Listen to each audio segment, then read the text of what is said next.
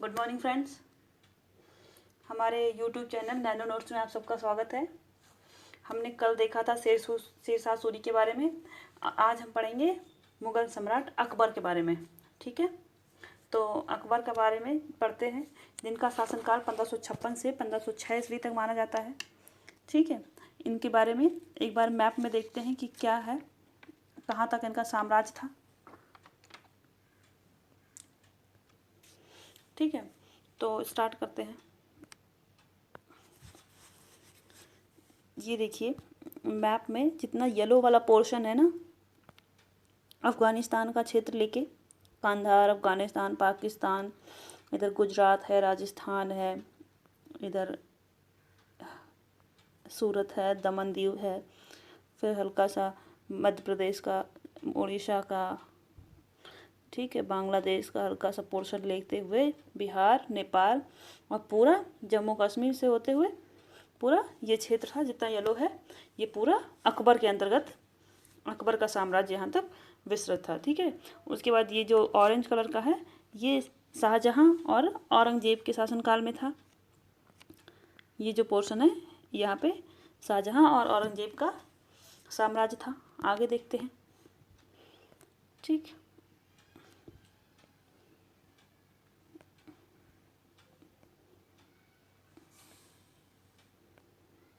इनके बारे में देखते हैं। ठीक है, तो इनका जन्म जो था जलालुद्दीन मोहम्मद अकबर था। इनका जन्म का नाम था जलालुद्दीन मोहम्मद अकबर। इनका जन्म 15 अक्टूबर सन 1542 ईस्वी में हुआ था। इनकी जन्मभूमि थी अमरकोट सिंध, जो कि पाकिस्तान में थी, है अभी भी। ठीक है, और मृत्यु तिथि है 27 अक्टूबर 1605 ईस्वी में 63 वर्ष की उम्र में। मृत्यु का स्थान था फतेहपुर सीकरी, आगरा में। इनके माता थी मरियम मकानी और पिता हुमायूं थे। इनकी जो पत्नी थी वो मरियम उस जमानी हरखाबाई नाम था, और इनके संतान थे जहांगीर के अलावा इनके 5 पुत्र और 7 बेटियां थीं। ठीक है, उसके बाद इनकी उपाधि जो इन्होंने धारण की थी, जलालुद्दीन की उपाधि धारण की थी। ठीक है, इनकी राज्य की सीमा उत्तर और मध्य भारत तक फैली हुई थी। शासनकाल 27 जनवरी 1556 से 27 अक्टूबर 1605 ईस्वी तक माना जाता है। 49 वर्षों का शासनकाल था इनका भारत में। राज्याभिषेक 14 फरवरी 1556 ईस्वी को कलानपुर के पास गुरदासपुर में हुआ था। इनकी धार्मिक मान्यता थी, नया मजहब इन्होंने बनाया था, दीन ए इलाही, उसी को ये मानते थे। इनका जो युद्ध था पानीपत का युद्ध और हल्दी घाटी का युद्ध, 2 महत्वपूर्ण युद्ध हैं जो कि इनसे संबंधित हैं। सुधार परिवर्तन इन्होंने किया था, कई सारे किए थे, जो कि आगे हम विस्तृत रूप में चर्चा करेंगे। अभी शॉर्ट में देखते हैं कि इन्होंने जजिया हटा दिया था और राजपूतों से विवाह संबंध स्थापित किया था। इनकी जो राजधानी थी फतेहपुर सीकरी, आगरा में है। ठीक है, उसके बाद उत्तराधिकारी थे इनके पुत्र जो थे हुमायूं, पिता थे पूर्वाधिकारी, और उत्तराधिकारी जहांगीर थे। ठीक है, इनका राजघराना मुगल राजघराने से संबंध रखते थे। वंश था तैमूर वंश या चंगेज खां का वंश था। मकबरा सिकंदर का मकबरा सिकंदरा और आगरा में है। ठीक है, इनके बारे में आप देखते हैं, प्रारंभिक जीवन के बारे में देख लेते हैं पहले। जलालुद्दीन मोहम्मद अकबर 15 अक्टूबर 1542 ईस्वी को अमरकोट में तथा मृत्यु 27 अक्टूबर 1605 ईस्वी को आगरा में हुई थी। भारत का महानतम मुगल शासक थे ये, जिसमें मुगल शक्ति का भारतीय उपमहाद्वीप के अधिकांश हिस्सों में विस्तार किया था। अपने साम्राज्य की एकता बनाए रखने के लिए अकबर द्वारा ऐसी नीतियां अपनाई गई थीं जिनसे गैर मुसलमानों की राजभक्ति जीती जा सके, और भारत के इतिहास में आज अकबर का नाम काफ़ी प्रसिद्ध है, जिसने अपने शासनकाल में सभी धर्मों का सम्मान किया था, सभी जाति वर्गों के लोगों को एक समान माना और उनसे अपने मित्रता के संबंध स्थापित किए। अकबर ने अपने शासनकाल में सारे भारत को एक साम्राज्य के अंतर्गत लाने का प्रयास किया था, जिसमें वो काफ़ी हद तक सफल भी हुए थे। ठीक है, तो जब हुमायूं, अब आगे बता देते हैं, थोड़ी बहुत कहानी बताते हैं आपको। ठीक है, जब हुमायूं शेरशाह सूरी से पराजित हो जाता है तो कुछ समय के लिए वो निर्वासित जीवन बिताता है, और उसी निर्वासित जीवन के दौरान 1542 ईस्वी में अमरकोट के राणा वीर साल के यहाँ हमीदा बानो बेगम, जो कि हुमायूं की पत्नी थी, से अकबर का जन्म होता है। ठीक है, 3 वर्ष की आयु में अकबर की भेंट अपने पिता से फिर से होती है। जब वो पैदा होता है तो इनके पिता चले जाते हैं और 3 वर्ष का जब हो जाता है तो इनके पिता की अपने पिता से अकबर फिर से मिलता है। और जब जब कब मिलता है, जब हुमायूं ने कांधार और काबुल पर अधिकार कर लिया तो वहीं पर उसका नाम जलालुद्दीन मोहम्मद अकबर रखा गया था। ठीक है, जो हुमायूं था वहीं पे इसका नाम जलालुद्दीन मोहम्मद अकबर रख दिया उसने। अकबर को सबसे पहले औपचारिक रूप से गजनी का सूबेदार नियुक्त किया गया था। बाद में दिल्ली पर कब्जा करने के बाद जब हुमायूं ने उसे पंजाब का सूबेदार नियुक्त कर दिया तो उसके बाद उसने अपने सबसे विश्वास पात्र बैरम खां को उसका संरक्षक बना दिया था। हालांकि बाद में जब पंजाब में सिकंदर शेरशाह सूरी जो होता है, अकबर शेरशाह सूरी से लड़ रहा होता है पंजाब में, तो उसी समय उसकी मृत्यु हो जाती है, उसके जो पिता हुमायूं की मृत्यु हो जाती है। ठीक है, पंजाब के गुरदासपुर जिले के कलानौर में हुमायूं की मृत्यु का समाचार प्राप्त होने पर उसके संरक्षक जो बैरम खां होते हैं वो फरवरी 1556 ईस्वी में अकबर की 13 वर्ष की उम्र में वहीं पर ईंटों का सिंहासन बनाकर उसका राज्याभिषेक कर देते हैं। ठीक है, उसके बाद हुमायूं की मृत्यु के बाद दिल्ली और आगरा में फिर से सूर्यवंशी आदिल शाह के प्रधानमंत्री हेमू ने अधिकार कर लिया। तो हेमू कौन था कि हेमू के बारे में आगे देखते हैं। ठीक है, पहले इनकी शिक्षा दीक्षा के बारे में देख लेंगे, फिर पानीपत का जब युद्ध आएगा तो हेमू के बारे में बताएंगे आपको। ठीक है, तो इनकी शिक्षा जो है, अकबर आजीवन निरक्षर रहे थे, इनकी कोई शिक्षा नहीं हुई थी। प्रथा के अनुसार 4 वर्ष 4 महीने 4 दिन पर अकबर का अक्षरारंभ हुआ था और मुल्ला असामुद्दीन इब्राहिम को शिक्षक बनने का सौभाग्य प्राप्त हुआ था। 1551 में ही बैरम खान ने इनका राज्याभिषेक कर दिया था और युवराज घोषित कर दिया था। इनके बारे में कुछ जानकारियाँ इकट्ठा कर लेते हैं, फिर विस्तृत चर्चा करेंगे। तो पहले अकबर का जो शिक्षक था, जो अक्षरारंभ हुआ, जो उनके मान्यताओं के हिसाब से 4 महीने 4 दिन ऐसे होता था, तब थे कौन थे? असामुद्दीन इब्राहिम। लेकिन जब बाद में जो थोड़ा बहुत अकबर ने पढ़ाई की, उस समय जो उनके वास्तविक शिक्षक थे वो अब्दुल लतीफ़ ईरानी थे। अब्दुल लतीफ़ ईरानी। अकबर का राज्याभिषेक 14 फरवरी 1556 को पंजाब के कलानौर में हुआ था, जैसे कि हम लोगों ने पढ़ा। ठीक है, बैरम खां के द्वारा। बैरम खां 1556 से 1560 ईस्वी तक अकबर का संरक्षक रहा। पानीपत की दूसरी लड़ाई 1556 को अकबर और हेमू के बीच हुई थी। पानीपत की लड़ाई के बारे में बताएंगे हम आपको। बाद में हेमू ने विक्रमादित्य की उपाधि धारण की थी। ठीक है, तो आगे देखते हैं। पहले मुगल साम्राज्य में अकबर की दूध माता जो माहम अनगा थी, बैरम खां के विरुद्ध साजिश करती रहती थी। इसी वजह से बैरम खां को हज के लिए आदेश दिया गया, जहां 1561 में उसकी हत्या कर दी गई। जब जो बैरम खां था उसकी शक्ति बहुत बढ़ती जा रही थी। उसी बीच में अकबर बहुत छोटा सा 13 साल की उम्र का था। तो अकबर और बैरम खां बहुत अच्छे दोस्त थे। लेकिन बाद में जो इसकी दूध माता होती हैं माहम अनगा, ये बार बार में ये अपने पुत्र को सिंहासन पर बैठाने के लिए साजिश करती रहती हैं। अंत में जाके कुछ दिन बाद जब बड़ा होता है अकबर, तो उसको एहसास हो जाता है, तो वो कहता है कि अब हम शासन संभाल देंगे, और बैरम खां को कहता है तुम हज के लिए चले जाओ। जब बैरम खां हज के लिए जा रहा होता है तो रास्ते में ही उसको 1561 में उसकी हत्या कर दी जाती है। ठीक है, उसके बाद हल्दी घाटी का युद्ध मुगल बादशाह अकबर और महाराणा प्रताप के बीच हुई थी। कब हुई थी? 15 जून 1576 को लड़ा गया था। ठीक है, अकबर और राणा के बीच यह युद्ध महाभारत युद्ध की तरह विनाशकारी सिद्ध हुआ था। ऐसा माना जाता है कि इस युद्ध में ना तो अकबर की जीत सका था और न राणा हारे थे। मुगलों के पास सैन्य शक्ति बहुत अधिक थी, तो राणा के पास जुझारू शक्ति की कोई कमी नहीं थी। उन्होंने आखिरी समय तक अकबर से संधि की बात स्वीकार नहीं की और मान सम्मान के साथ जीवन व्यतीत करते हुए लड़ाई लड़ते रहे। अकबर के सेनापति का नाम मान सिंह था। उस बीच लड़ाई लड़ रहे थे उसमें, जो कि उसका युद्ध का नेतृत्व कर रहे थे अकबर की सेना का। गुजरात विजय के दौरान अकबर पुर्तगालियों से मिला और यहीं पे उसने पहली बार समुद्र देखा। उसने हिंदू मुस्लिम संप्रदायों के बीच की दूरी कम करने के लिए दीन-ए-इलाही नामक धर्म की स्थापना की थी। दीन-ए-इलाही धर्म का प्रधान पुरोहित अकबर था। ठीक है, दीन-ए-इलाही धर्म स्वीकार करने वाला प्रथम और अंतिम हिंदू शासक कौन था? बीरबल। ठीक है, इसको याद रखिएगा। अकबर के जैन धर्म के जौनाचार्य हरिविजय सूरी को जगत गुरु की उपाधि प्रदान की गई थी। राजस्व प्राप्ति की जब्ती प्रणाली अकबर के शासनकाल में प्रचलित थी। राजस्व प्राप्त करने की जब्ती प्रणाली किसके शासनकाल में थी? अकबर के। अकबर के दरबार का प्रसिद्ध संगीतकार कौन था? तानसेन था। अकबर के दरबार का प्रसिद्ध चित्रकार कौन था? अब्दुस समद। सबने पढ़ा होगा कहीं ना कहीं। ठीक है, अकबर के शासन प्रणाली की प्रमुख विशेषता मनसबदारी प्रथा थी। ठीक है, अकबर काल के जो समकालीन सूफी संत थे कौन थे? शेख सलीम चिश्ती।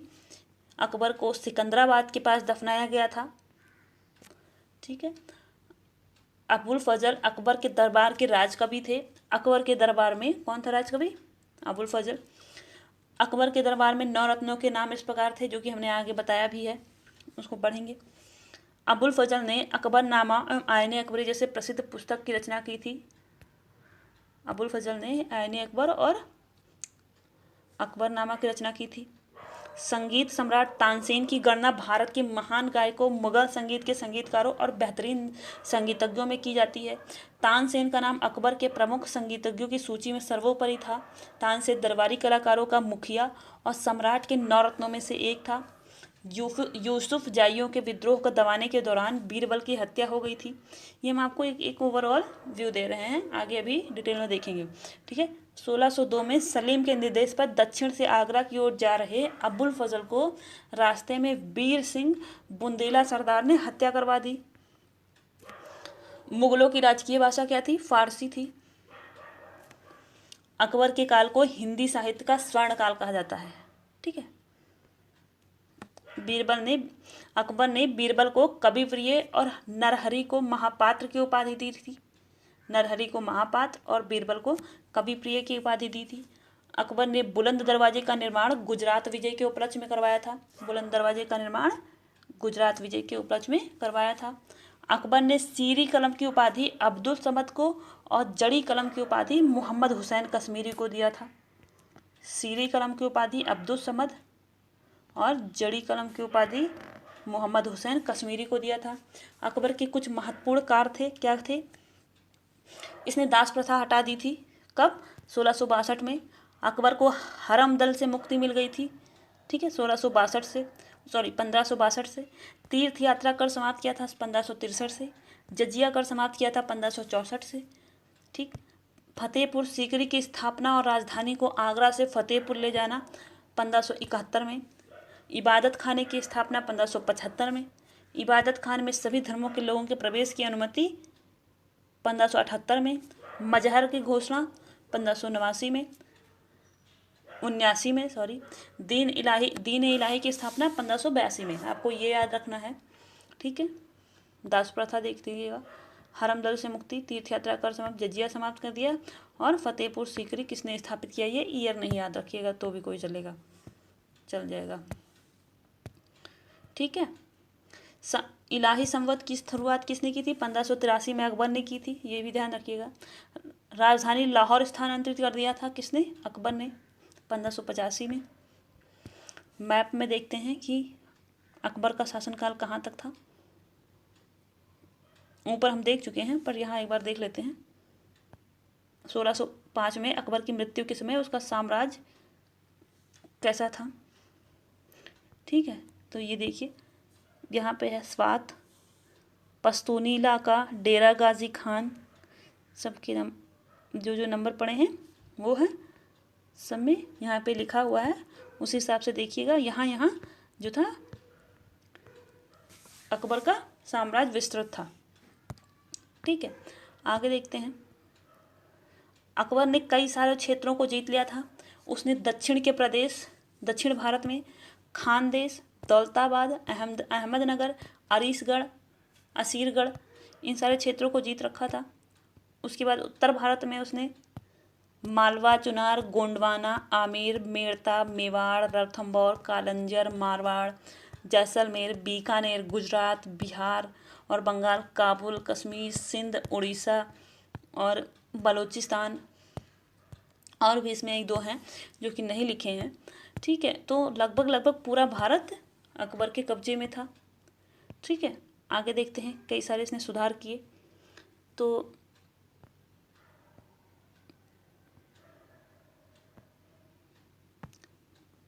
अकबर ने अपने राज्य में कई सुधार किए। मुगल कालीन शासन व्यवस्था में उसका महत्वपूर्ण स्थान है। उसके समय में किए गए कुछ सुधार इस प्रकार हैं। युद्ध में बंदी बनाए गए व्यक्तियों के परिवार के सदस्यों की को दास बनाने की परंपरा को तोड़ते हुए अकबर ने दास प्रथा पर रोक लगा दी। ठीक है, युद्ध में जो बंदी बनाए गए व्यक्तियों के परिवार के सदस्यों को दास बनाने की परंपरा को तोड़ते हुए अकबर ने दास प्रथा पर 1562 में पूर्णतः रोक लगा ली। प्रारंभ में अकबर हरम दल के प्रभाव में था। इस दल के प्रमुख सदस्य धायमा अनगा, जीजी अनगा, अहमद खां, मुनअम खां, सिहाबुद्दीन अहमद खां थे। जब तक अकबर ने इस दल के प्रभाव में काम किया तब तक के पेटीकोट सरकार व पर्दा शासन भी कहा जाता है। पेटीकोट सरकार व पर्दा शासन का मतलब है कि इसमें मुख्यतः पेटीकोट सरकार शासन के अंतर्गत मुख्यतः उनके परिवार, रिश्तेदार, विश्वास पात्र लोग शामिल होते थे। इन वर्षों में अकबर के शीर्ष निर्णयों में इस समूह की विशेष भूमिका थी। इसमें महामन अनगा थी, जैसे कि बताया, उनका पुत्र अधम खां था। जिज्जी अनगा थी, दिल्ली का राज्यपाल सिहाबुद्दीन प्रमुख था। अधम खां व महामन अनगा की मृत्यु के बाद 1564 में ख्वाजा मुअज्जम को दिए गए मृत्युदंड ने इस गुट का प्रभाव शासन से पूर्णतः समाप्त कर दिया और पेटीकोट शासन के अंतर्गत जो मुगल सत्ता द्वारा मालवा व गोंडवाना का क्षेत्र जीत लिया गया। ठीक है, तो पेटीकोट शासन के बारे में पूछ सकते हैं, तो यही होगा कि पेटीकोट शासन के अंतर्गत उसके अकबर के जो रिश्तेदार व विश्वास पात्र लोग शामिल थे वो फैसले लेते थे। ठीक है, उनके अंतर्गत कार्य किया जाता था। अगस्त 1563 में अकबर के विभिन्न तीर्थ स्थलों पर लगने वाले तीर्थ यात्रा कर की वसूली को बंद करवा दिया गया। मार्च 1564 में अकबर ने जजिया कर, जो मुसलमान गैर मुस्लिम जन से व्यक्ति कर के रूप में वसूला जाता था, बंद करवा दिया। ठीक है, 1571 में अकबर ने फतेहपुर सीकरी को अपनी राजधानी बनाया। 1583 में अकबर ने एक नया कैलेंडर इलाही संवत जारी किया। अकबर ने सती प्रथा पर रोक लगा दिया, विधवा विवाह पर रोक लगा दिया, विधवा विवाह को प्रोत्साहित किया। लड़कों के विवाह की न्यूनतम आयु 16 वर्ष और लड़कियों के विवाह की न्यूनतम आयु 14 वर्ष निर्धारित की थी। ठीक है, इनके प्रशासन के बारे में ध्यान लेते हैं। ये है मुगल साम्राज्य का झंडा। सन 1560 में अकबर ने स्वयं सत्ता संभाल ली थी और अपने संरक्षक बैरम खां को निकालकर बाहर कर दिया था। जब अकबर के हाथों में सत्ता थी, लेकिन अनेक कठिनाइयां भी थी, जैसे शमसुद्दीन अतका खान की हत्या पर उभरा जन आक्रोश। ठीक है, उज्बेक विद्रोह, इसी समय कई सारी परेशानियां उभर रही थी। उज्बेकों ने विद्रोह कर दिया था। मिर्जा भाइयों का विद्रोह।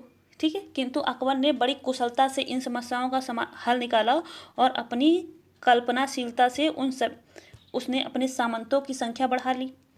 1562 में आमेर के शासक से उसके समझौता हुआ और इस प्रकार राजपूत राजा भी उसकी तरफ आ गए। उसने ईरान से आने वालों को भी बड़ी सहायता दी। भारतीय मुसलमानों को भी अपने कुशल व्यवहार से अपनी ओर कर लिया। धार्मिक सहिष्णुता का उसने अनोखा परिचय दिया। हिंदू तीर्थ स्थानों पर लगाकर जजिया हटा लिया गया। ठीक है, पूरे राज्यवासियों को अनुभव हो गया कि वह एक परिवर्तित नीति अपनाने में सक्षम है। इसके अतिरिक्त उसने जबरदस्ती युद्धबंदियों का धर्म बदलवाना भी बंद करवा दिया। मुद्रा के बारे में देखते हैं। अकबर ने अपने शासनकाल में कौन कौन सी मुद्राएं चलाई थी? तांबे, चांदी और सोने की मुद्राएं प्रचलित थीं। इन मुद्राओं के पृष्ठभाग में सुंदर इस्लामिक छपाई हुआ करती थी। अकबर ने अपने शासनकाल की मुद्राओं में कई बदलाव किए थे। उसने एक खुली टकसाल व्यवस्था की शुरुआत की, जिसने अंदर कोई भी व्यक्ति अगर टकसाल शुल्क देने में सक्षम था तो वह किसी दूसरी मुद्रा अथवा सोने से अकबर की मुद्रा को परिवर्तित कर सकता था। अकबर चाहता था कि उसके पूरे साम्राज्य में समान मुद्रा चले।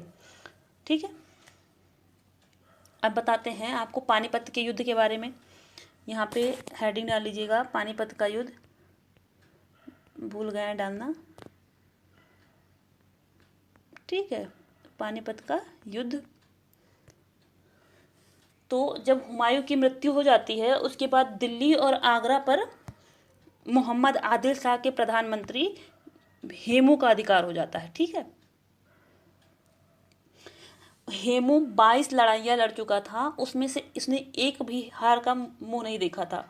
इसमें आदिल शाह ने उसको विक्रमादित्य की उपाधि प्रदान कर दी थी। नवंबर 1556 में अकबर और हेमू की सेनाओं के बीच पानीपत के मैदान में भीषण युद्ध होता है। इसी युद्ध को पानीपत की द्वितीय युद्ध के नाम से जानते हैं। ऐसा माना जाता है कि इस युद्ध में हेमू जीत के करीब था, परंतु इसी समय एक तीर हेमू की आंख में लग गया, जिससे वह मूर्छित होकर हाथी के हौदे से गिर गया। उसके गिरते ही सेना में खलबली मच गई और हेमू की विजय पराजय में बदल गई। उसके पश्चात अकबर को दिल्ली व आगरा का शासक बना दिया गया। ठीक है, और पानीपत का प्रथम युद्ध कब होता है? अप्रैल 1526 ईस्वी में। ठीक, तो उसके बाद आगरा शहर का नाम दिया गया अकबराबाद, जो साम्राज्य के सबसे बड़ा शहर था। शहर का मुख्य भाग यमुना नदी के पश्चिम तट पर बसा था। यहाँ बरसात के पानी की निकासी की अच्छी नालों से परिपूर्ण व्यवस्था थी। लोधी साम्राज्य द्वारा बनवाई गई गारे मिट्टी से बनी नगर की पुरानी चारदीवारी को तोड़कर 1565 ईस्वी में नई बलुआ पत्थर की दीवार बनवाई गई थी। लेकिन अंग्रेज इतिहासकार युगल ब्लेयर व ब्लूम के अनुसार इस लाल दीवार के कारण ही यहाँ इसका नाम लाल किला पड़ा है। ठीक है, उसके बाद अंग्रेजों ने क्या कहा है इसके बारे में, ये है, देखिएगा। धार्मिक नीति क्या थी अकबर की? ठीक है, तो धर्म के बारे में देखते हैं क्या मान्यता थी उसकी। अकबर प्रथम सम्राट था जिसके धार्मिक विचारों में क्रमिक विकास दिखाई पड़ता है।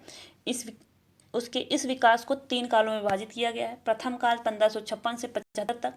इस काल में अकबर इस्लाम धर्म का कट्टर अनुयायी था।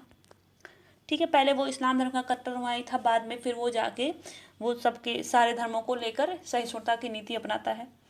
तो पहले ये जो चरण था जिस समय वो कट्टर अनुयायी था, इस्लाम धर्म को मानता था, उसके चरण की बात कर रहे हैं। यहाँ उसने इस्लाम की उन्नति हेतु तो अनेक मस्जिदों का निर्माण कराया। वहीं दिन में 5 बार नमाज पढ़ना, रोजे रखना, मुल्ला मौलवियों का आदर करना जैसे उसके मुख्य इस्लामिक कृत्य थे। द्वितीय काल था 1575 से 1582 ईस्वी तक। अकबर का यह काल धार्मिक दृष्टि से क्रांतिकारी काल था। 1575 में उसने फतेहपुर सीकरी में इबादत खाने की स्थापना की। उसने 1578 में इबादत खाने को धर्म संसद में बदल दिया। उसने शुक्रवार को मांस खाना छोड़ दिया। अगस्त सितंबर 1579 में मजहर की घोषणा कर अकबर धार्मिक मामलों में सर्वोच्च निर्णायक बन गया। ठीक है, उसके बाद मजहरनामा का प्रारूप शेख मुबारक द्वारा तैयार किया गया था। उलेमाओं ने अकबर को इमाम आदिल घोषित कर विवादास्पद कानूनी मामलों पर आवश्यकता अनुसार निर्णय लेने का अधिकार दे दिया। तृतीय काल आता है 1582 से 1605 ईस्वी तक। ठीक, तो तृतीय काल में, इस काल में जो अकबर है वो पूर्ण रूपेण से दीन इलाही को अपना लेता है और इस्लाम धर्म में उसकी निष्ठा कम हो गई। हर रविवार की संध्या को इबादत खाने में विभिन्न धर्मों के लोग एकत्रित होकर धार्मिक विषयों पर वाद विवाद करते थे।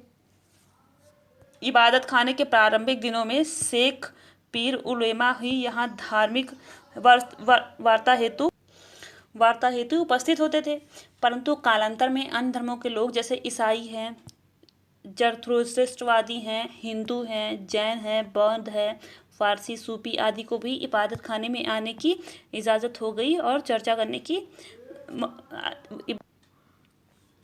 ठीक है, तो चर्चा करने की इजाज़त मिल गई और इबादत खाने में होने वाले धार्मिक वाद विवादों में अबुल फजल की भूमिका जो थी वो सबसे ज़्यादा महत्वपूर्ण थी। आगे देखते हैं।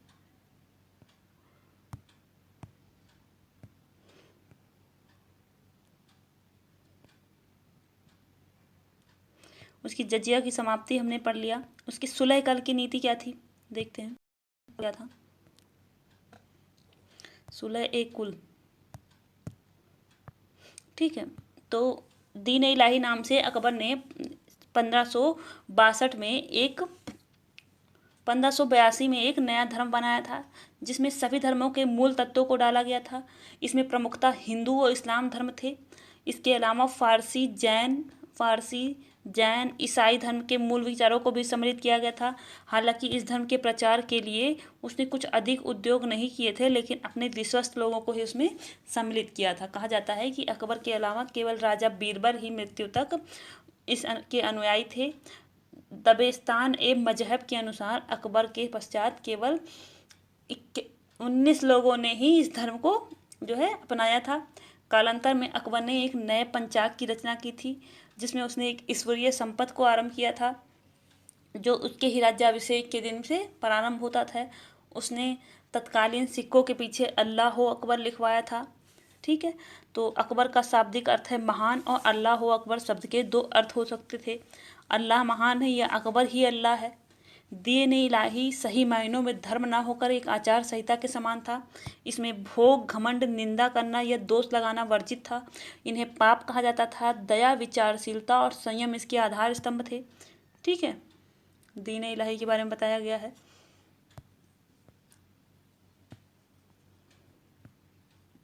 यह तर्क दिया गया है कि दीन इलाही एक नया धर्म होने के सिद्धांत गलत धारण का सिद्धांत होने एक नया धर्म होने का जो सिद्धांत है वो गलत है, जो कि बाद में ब्रिटिश इतिहासकारों द्वारा अबुल फजल के कार्यों के गलत अनुवाद के कारण यह भी स्वीकार किया जाता है कि सुलह ए कुल की जो नीति थी, जिसमें दीन इलाही का सार था, अकबर ने केवल धार्मिक उद्देश्यों के लिए नहीं बल्कि सामान्य शाही प्रशासनिक नीति का सहानुभूति की नीति का आधार बनाया था। 1605 में अकबर की मौत के समय उसके मुस्लिम विषयों में असंतोष का कोई संकेत नहीं था, और अब्दुल हक जैसे एक धर्मशास्त्री की धारणा भी थी कि निकट संबंध बने रहें। ठीक है, तो अकबर के नौरत्नों के बारे में देख लेते हैं। कौन कौन थे नौरत्न? अबुल फजल, ठीक है, फैजी हैं, इनके बारे में ज़रा सा दिया है, पढ़ लीजिएगा। और ज़्यादा इनके बारे में नहीं पूछा जाता, बट नौरत्नों के बारे में पूछ सकते हैं। मियाँ तानसेन है, राजा बीरबल थे, राजा टोडरमल थे, राजा मान सिंह थे, अब्दुल रहीम खान खाना थे। ठीक है, उसके बाद अब्दुल रहीम खान खाना के बाद है फ़कीर अजियो मुल्ला दो प्याजा। अकबर का कला और साहित्य में क्या योगदान था? 16वीं शताब्दी के मध्य में भारत में मुसव्वर खानों की हालत बिगड़ी हुई थी, चाहे कोई पुस्तकें हों। बंगाल, मांडू, गोलकोंडा के कलाकारों के हाथों चित्रित हुई थी। राजपूत दरबार में संस्कृत और हिंदी की कई पांडुलिपियाँ चित्रित हुई थी। जैन चित्र उसी तरह गुजरात हैं, राजस्थान में बन रहे थे। उसी समय बादशाह अकबर ने कलाकारों के लिए बहुत बड़ा स्थान तैयार करवाया था। कलाकार दूर दूर से आगरा आने लगे थे। भारत की राजधानी थी आगरा उस समय। ठीक है, इसी तरह से भारत के इस बहुत बड़े तस्वीर खाना में से जो पहली किताब तैयार हुई थी वो थी तोतीनामा। ठीक, अकबर की सरपरस्ती में जो बहुत बड़ा काम हुआ था वो था हमजनामा, या हज़रत मोहम्मद की चाचा हमीर हमज़ा के जंगी कारनामों की दास्तां है, जो 14 जिल्दों में तरतीब की गई है। ठीक है, ज़रीन कलम का अर्थ है सुनहरी कलम। यह एक किताब थी जो अकबर बादशाह ने कैलोग्राफी के माहिर कलाकार मोहम्मद हुसैन अल कश्मीरी को दी गई थी। अंबरी कलम भी एक किताब थी जो अकबर ने अब्दुल रहीम को दी थी। महाभारत, रामायण, हरिवंश, योग, वशिष्ठ और अर्थवेद जैसे कई ग्रंथों का फारसी में भी अनुवाद बादशाह अकबर ने कराया था। रज़्मनामा महाभारत फारसी अनुवाद का नाम है। महाभारत का फारसी अनुवाद का नाम है रज़्मनामा। ठीक है,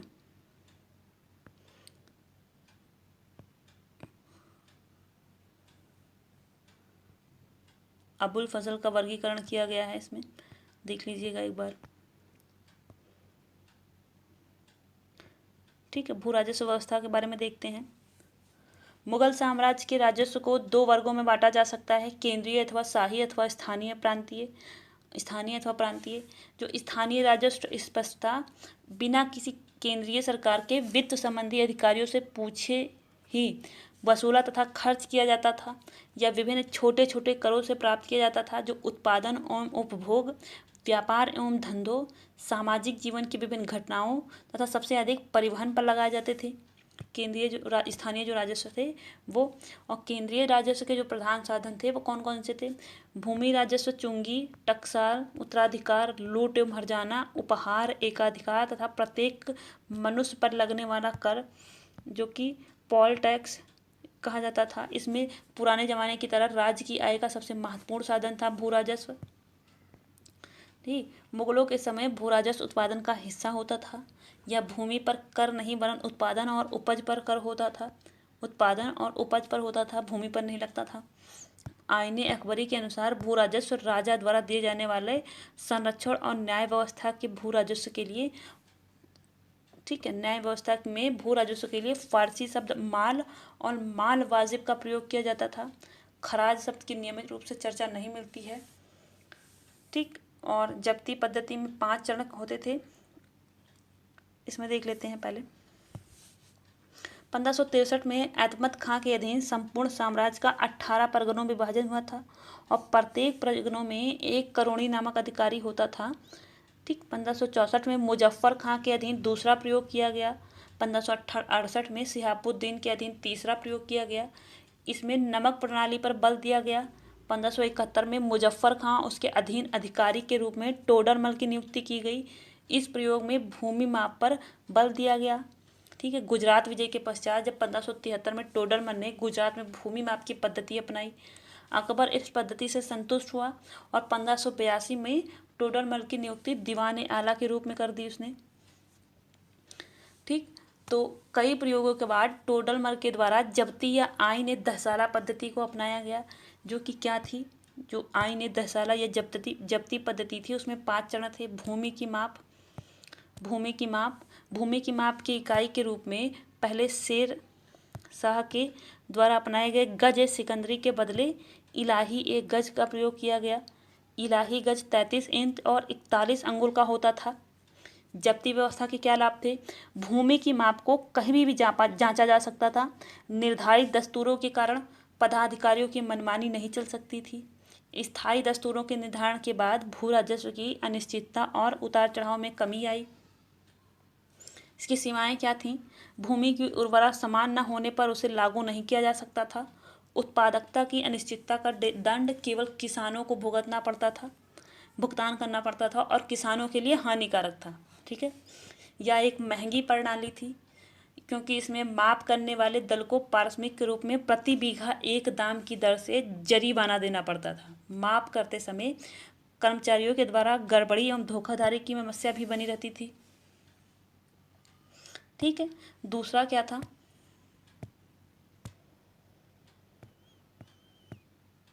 भूमि का वर्गीकरण। शेरशाह ने उत्पादकता के आधार पर भूमि का श्रेणीकरण किया था, किंतु अकबर ने उत्पादकता के बदले बारंबारता पर बल दिया। किंतु बारंबारता पर बल देते हुए भी उसने उत्पादकता के आधार को भी बनाए रखा। उत्पादकता बारंबारता के आधार पर जो थी भूमि कितने प्रकार की थी? 4 प्रकार की थी। पोलज, जो कि 1 वर्ष में 2 फसलें होती थी, जिसमें प्रति जो 2 फसलों के बाद किन्हीं कारणों से 1 वर्ष के लिए भूमि खाली छोड़ दी जाती थी। चाचर, जिनमें 3 या 4 वर्षों के लिए होती थी, खाली छोड़ दी जाती थी भूमि। और बंजर, जिसमें 5 वर्षों तक खेती नहीं होती थी। ठीक है, उत्पादकता के आधार पर भूमि को 3 भागों में विभाजित किया जाता था, उत्तम, मध्यम और निम्न। ठीक है, भू राजस्व के निर्धारण के लिए एक दर तालिका बनाई गई थी। उस दर तालिका को रय के नाम से जाना जाता था। भू राजस्व के निर्धारण में निचले स्तर पर बीघा को और ऊंचे स्तर पर परगना को इकाई माना जाता था। निर्धारण के लिए संबंधित क्षेत्र में 10 वर्षों के उत्पादन का औसत निकाला जाता था। यह औसत 1571 के बीच के वर्षों को बनाया गया था। जब्ती व्यवस्था में भू राजस्व का निर्धारण करते समय नाबाद क्षेत्र, जिसमें फसल ना हुई हो, को छोड़ दिया जाता था। अनाजों के नगद में परिवर्तन के लिए स्थानीय बाजार के मूल्यों को ध्यान में रखते हुए साम्राज्य की दस्तूर में बांट दिया जाता था। साम्राज्य जो था उनको दस्तूरों में बांट दिया जाता था और प्रत्येक दस्तूर में अनाजों के मूल्यों का 10 वर्ष का अनुपात निकाला जाता था, औसत निकाला जाता था। और नील, पान, हल्दी, पोस्त, नगली फसलों में अपवाद था। उनकी दरें कुछ अच्छे वर्षों की फसल को ध्यान में रखकर तय की जाती थी। ठीक है, भू राजस्व का संग्रह कैसे होता था? भू राजस्व के संग्रह के लिए सरकारी अधिकारियों को दस्तूर अल अमल भू राजस्व की दर कुल उपज की 1/3 थी। किंतु मोरलैंड और इरफान हबीब का मानना है कि भू राजस्व की दर उत्पादन का आधा या 3/4 थी। ठीक है। और कश्मीर में अकबर ने कुल उत्पादन के आधे भाग की वसूली का आदेश दिया था। IH कुरैशी का मानना है कि संभवतः भू राजस्व 1/3 ही लिया जाता था। इस तरह की बात ना होती तो किसानों का विद्रोह शाहजहां के समय ना होकर अकबर के समय हुआ होता। औरंगजेब ने स्पष्ट घोषणा की है कि भू राजस्व शरीयत के अनुसार कुल उत्पादन के आधे से अधिक नहीं होना चाहिए। जब्ते या आईन दहसाला आगरा लाहौर और गुजरात में आईन दहसाला आगरा लाहौर गुजरात में लागू की गई थी। जब्ती प्रणाली के अतिरिक्त अन्य पद्धतियां भी प्रचलित थीं। उदाहरण के लिए बटाई या गल्ला बख्शी, निगारनामा ए मुंशी, ठीक है, के अनुसार फसल के बटाईदारों का बंटवारे का सर्वोत्तम जो प्रणाली कहा जाता था। इसके अनुसार अतिरिक्त नसक या कानकूत प्रणाली भी प्रचलित थी। कानकूत संभवतः व्यक्तियों पर न लगाकर व्यक्तियों के समूह पर लगाया जाता था, जैसे महालवाड़ी प्रथा थी उसी प्रकार से। ठीक है। कृषि उत्पादन एवं कृषि संबंध, इसमें बताया गया है कृषि साम्राज्य का विभाजन खालिसा, जागीर और सयूरगल या मदद ए मास में होता था। मदद ए मास की देखभाल सद्र उस शूद्र करता था। ठीक है। के अंतर्गत यह विभाग कार्य करता था। नगद सहायता को वजीफा कहा जाता था। ठीक है। इस प्रकार के अनुदान पाने वाले व्यक्ति का भूमि पर कोई अधिकार नहीं होता था। अकबर ने इस प्रकार के अनुदान पर 100 बीघा प्रति व्यक्ति की सीमा निर्धारित की थी। अकबर ने कृषि को प्रोत्साहन देने के लिए आधी खेती योग्य भूमि और आधी जुती या बंजर भूमि देने की प्रथा चलाई थी। अनुदान प्राप्तकर्ता को पूरे जीवन के लिए अनुदान प्राप्त होता था और उसकी मृत्यु के पश्चात उसके उत्तराधिकारी अनुदान के नवीनीकरण के लिए आवेदन कर सकते थे। आमतौर पर उत्तराधिकारियों को अनुदान का एक अंश प्राप्त होता था। जहांगीर के द्वारा अकबर के दिए गए अनुदानों का नवीनीकरण किया गया, परंतु शाहजहां के द्वारा उसकी सीमा 30 बीघा और औरंगजेब के द्वारा उसकी सीमा 20 बीघा कर दी गई थी। औरंगजेब ने अपने शासनकाल के 30वें वर्ष में सारे अनुदानों को आनुवंशिक बना दिया था, किंतु उसने उन अनुदानों को एक प्रकार का ऋण माना ना कि संपत्ति। ठीक है। उसके बाद देखते हैं, इसको पढ़ लीजिएगा एक बार आप लोग। आगे देखते हैं, बस इसको डिस्क्राइब करके लिखा हुआ है और ज़्यादा कोई इम्पोर्टेंट नहीं है, इसलिए नहीं पढ़ा रहे हैं, वीडियो बहुत बड़ी हो जाएगी। ठीक है। तो अब दिखाते हैं। किसान वर्ग के विभाजन का आधार केवल आर्थिक ही नहीं होता था। गांव के स्थायी निवासी उत्तर भारत में खुस्तकास्त, महाराष्ट्र में मिरासहार और दक्कन में थालकार कहा जाता था। अस्थायी निवासी को उत्तर भारत में पाही कास्त और महाराष्ट्र में ऊपरी कहा जाता था। ठीक है। खुद कास्त कौन होते थे? जिनकी भूमि, अपनी भूमि पे जो खेती करते थे उनको कहा जाता खुद कास्त। जो पाही कास्त, जिनके पास बैल और हल तो होते थे लेकिन वे दूसरे गांव में जाके खेती करते थे, उनको पाही कास्त कहा जाता था। और मुजारियन कौन से होते थे? जिनके पास जिनके पास जो बटाईदारों की तरह खेती करते थे और पराया इनाम की भूमि पर काम करते थे। ठीक है। तो सिंचाई और फसल के प्रकार कौन कौन से थे? सिंचाई के लिए पर्शियन व्हील का प्रयोग किया जाता था। कुएं से जल निकालने के लिए लीवर का प्रयोग किया जाता था। आईने अकबरी में 17 रबी और 26 खरीफ फसलों के बारे में बताया गया है। मुगल काल में कलम लगाने की प्रणाली विकसित हुई थी। मुगल काल में खरीफ फसल के साथ साथ रबी फसल का भी महत्वपूर्ण स्थान था। सभी मुगल शासकों में शाहजहां पुर्तगाली तंबाकू को भारत में लाए और सभी मुगल शासकों में शाहजहां ने 3 नहरें बनवाई थी। नहर फैज नहर थी, शाही नहर थी, 2 नहरें बनवाई थी। ठीक है। पुर्तगाली तंबाकू को भारत में लाए थे और महाराष्ट्र में तंबाकू की खेती शुरू हुई थी। 17वीं शताब्दी में ज्वार की खेती शुरू हुई। 18वीं शताब्दी में मक्का की खेती महाराष्ट्र और पूर्वी राजस्थान में प्रारंभ हुई थी। ठीक है। 18वीं शताब्दी में आलू, मिर्च, टमाटर की खेती शुरू हुई। अमेरिका को तंबाकू, अनानास, काजू, खरबूजे का निर्यात होता था।